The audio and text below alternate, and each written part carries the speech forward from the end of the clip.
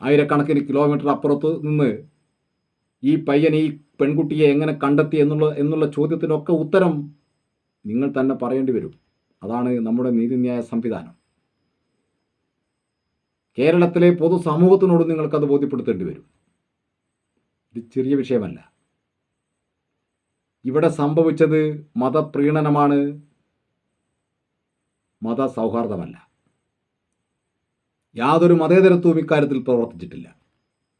ഇത് അന്ധമായ കണ്ണു കാണാത്ത മതപ്രീണനത്തിനു വേണ്ടിയാണ് ആ പെൺകുട്ടിയെ നിങ്ങൾ ബലിയാടാക്കിയത് എന്ന് പറഞ്ഞാൽ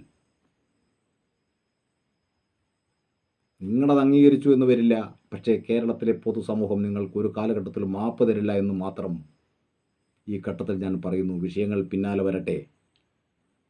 ബാക്കി നമുക്ക് അടുത്ത ഘട്ടത്തിൽ സംസാരിക്കാം. എല്ലാവർക്കും നന്ദി, നമസ്കാരം.